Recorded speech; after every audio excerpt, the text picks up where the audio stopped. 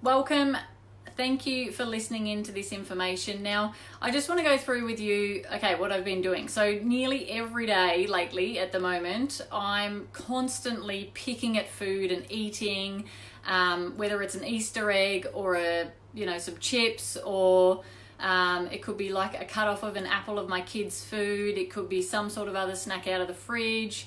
Whatever it is, I'm still snacking. Whatever I'm doing, I'm actually still putting food into my body all the time instead of letting it have that rest. And this actually, it has repercussions and health concerns if we keep doing this. Now, why is that? So you think about every time you eat, you're raising insulin. So you're spiking your insulin. That's a hormone that helps our body to store this fat that we need. It's a fat storing hormone. So just remember that. So every time you eat, you're actually storing, or you're actually spiking insulin that then stores it as fat. And if the body then doesn't use that over time, that's stored fat that stays there. And that's why we put on weight.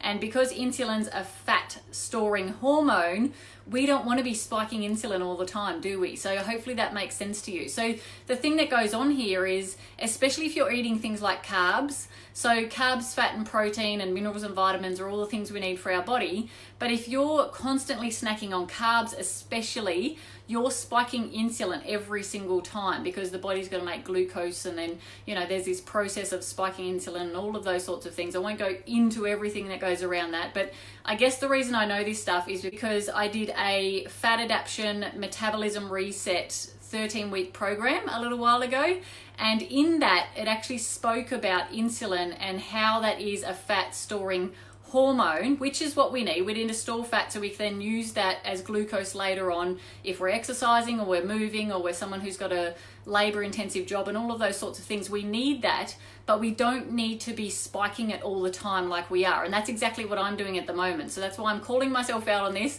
and hopefully can educate someone along the way. So as I said, when we eat, we are spiking insulin. Every time we eat, we spike that insulin, and that over time is storing more fat. And if we're not using that, that stays there as fat in our fat cells, and that's what can cause weight gain.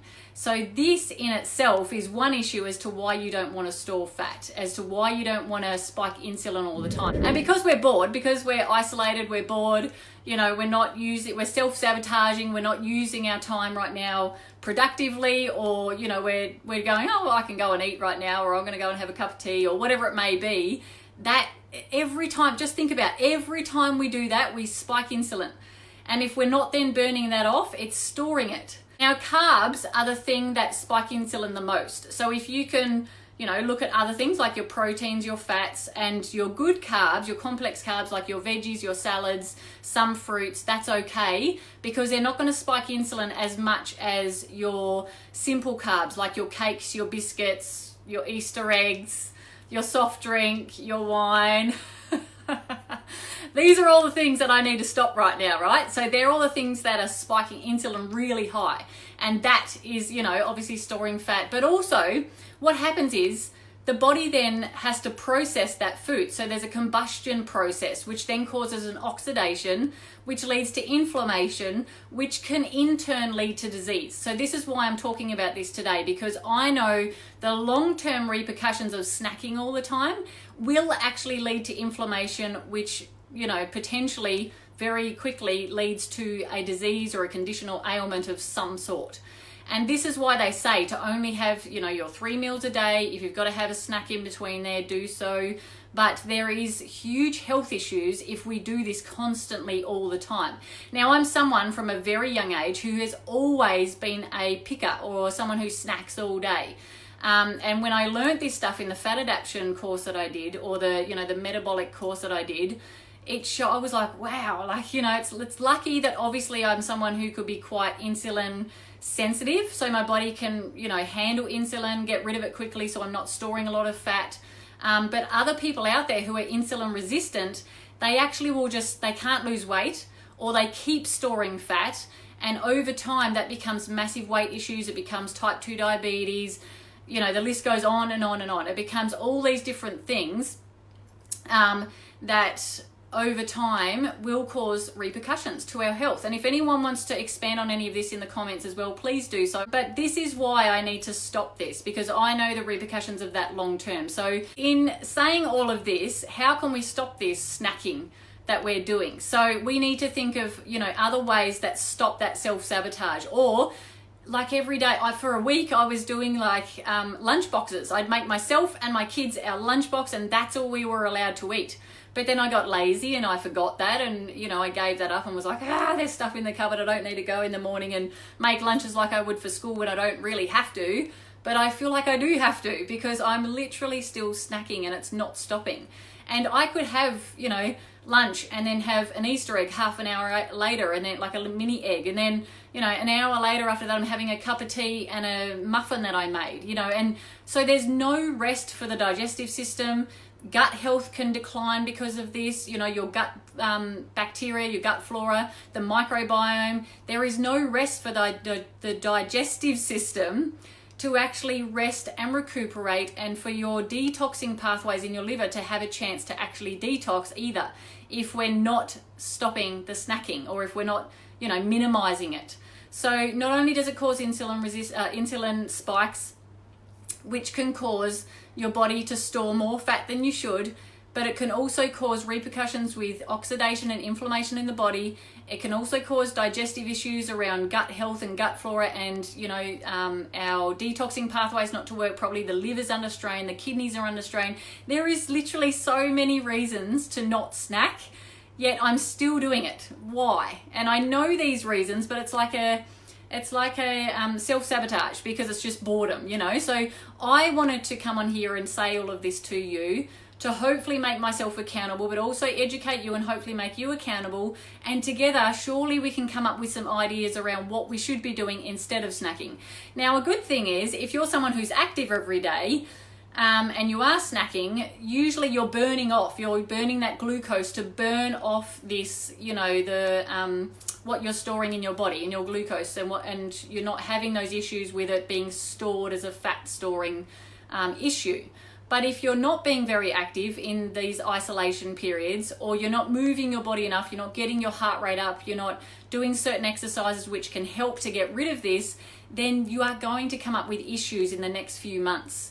And I've seen this in the past with myself, but I also, obviously had learnt that through this course that I did around how many repercussions health-wise there is because of this. But I'd love you guys to put in the comments if you have any ideas around what we could all be doing instead of snacking right now. Like I do the movement every day. I'm active every day. And it's sort of mid-afternoon around that 4 o'clock mark for me that I'm like, I'll have a little snack. Or, 9 o'clock in the morning, I'm having a coffee and a couple of Easter eggs, and it's just, that's okay every now and then, but daily is where the repercussions happen. So let's come up with some ideas. I'd love you to put them in the comments here for me.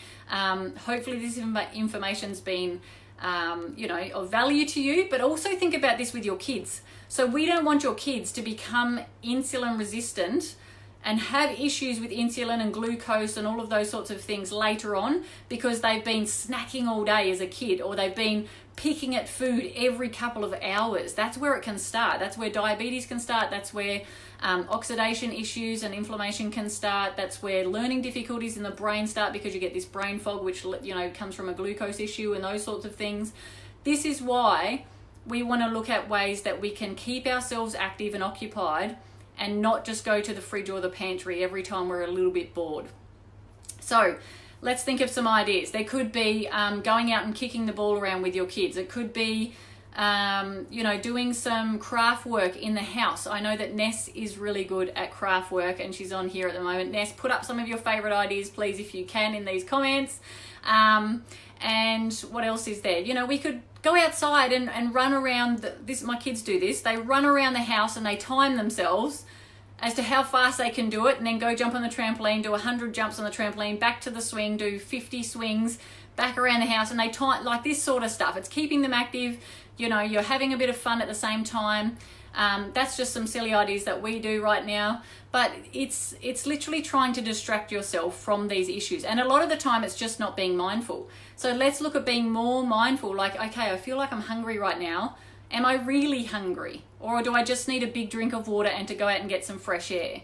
You know, and having that subconscious, making sure it becomes a conscious thought that we're not just going straight to the fridge out of, or to the pantry out of just action, you know, and not thinking about it, but we're actually being mindful about what we're thinking about with snacking or with what we're eating. Or it may be that you're just not preparing your food the way you usually would in normal everyday life with, you know, with the isolation stuff we've got going on. We're probably being a bit lazy with how we're preparing our food. So then we're going to the fridge trying to snack all day because we're not preparing meals. So, you know, think about some big meals you can make like every few days that become your lunch or your leftovers the next few days. And I love leftovers. You know, leftovers are all big things that, all good things that we can use over and over, you know, to stop us having to make a meal every single meal. Let's do some big cook-ups, you know, which obviously is taking your time away from wanting to snack because you're actually doing something. But it's also, you know, you're able to use that for leftovers, which is, we need that right now, right? Just go ahead and ride the horse if you've got a horse. Ride your motorbikes. Go play cricket with your kids.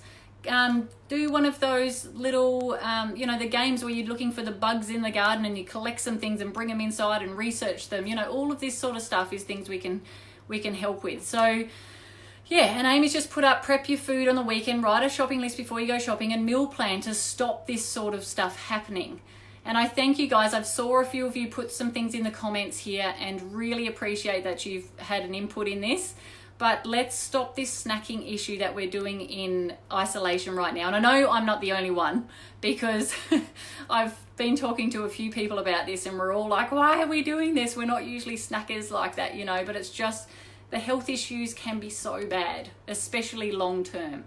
And so we don't want that to happen just because we've got into this bored state. So thank you all for listening in. I hope that was of value to you. Please put some more ideas in the comments around how we can stop this issue so we can stop these health effects that could happen from this. All right, guys, I'll see you in the next video. Bye.